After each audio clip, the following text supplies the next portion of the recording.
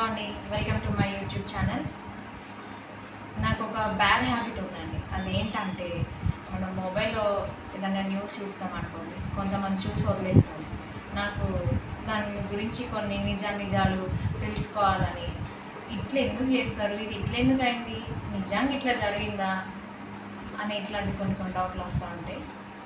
దానికోసం అని చెప్పేసి ఈరోజు చేసే వీడియో ఏంటంటే నిరుద్యోగ భృతి అండి.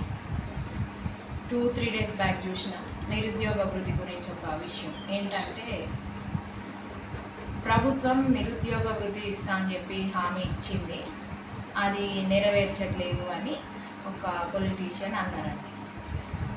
అయితే నాకు ఒక డౌట్ వచ్చింది, నిరుద్యోగులు నిరుద్యోగ భృతి కోసం వెయిట్ చేస్తున్నారా? నిరుద్యోగ భృతి కోసమే వెయిట్ చేస్తున్నారా? వాళ్ళు నోటిఫికేషన్ గురించి వెయిట్ చేయట్లేదు, ఎగ్జామ్ కరెక్ట్గా టైంకి జరగాలని వెయిట్ చేయట్లేదు, ఇలాంటివి ఏంగా నిరుద్యోగ భృతి కోసం వాళ్ళు వెయిట్ చేస్తున్నారా అని అనిపించింది నాకు.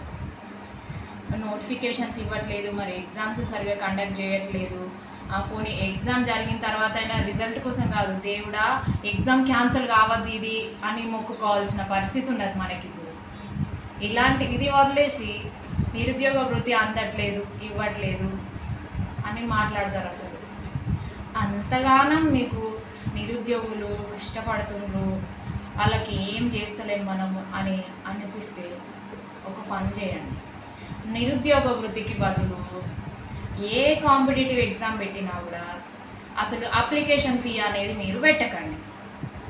అట్లయితే మీరు నిరుద్యోగ వృత్తి ఇచ్చిన దానికంటే నిరుద్యోగులు దీనికే ఎక్కువ ఆనందపడుతుంది. ఎందుకంటే ఒక ఎగ్జామ్ అప్లై చేయాలంటే 800, ఇంకో రకంగా ఎగ్జామ్ అప్లై చేయాలంటే 1000, ఇంకో డిపార్ట్మెంట్ ఎగ్జామ్ అప్లై చేయాలంటే 600, ఇంకొక ఎగ్జామ్ అప్లై చేయాలంటే ఒక 1200.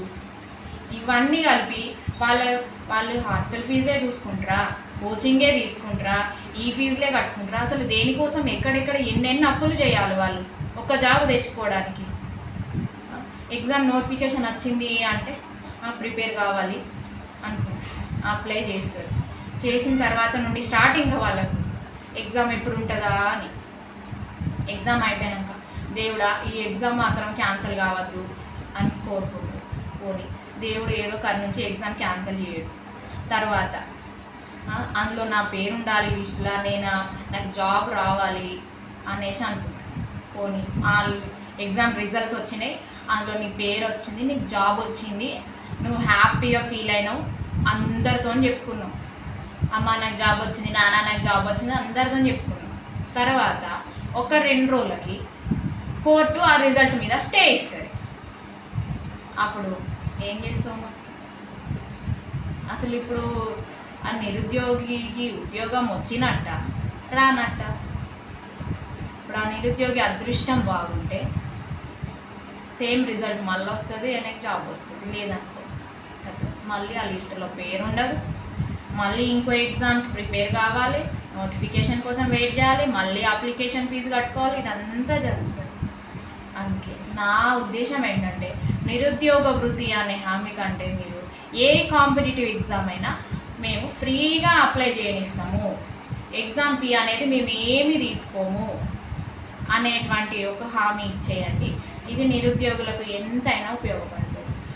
మీరు అడగొచ్చు కదా, ఎగ్జామ్ ఫీజు లేకపోతే అందరు అప్లై చేసుకుంటారు కదా అని అడగచ్చు.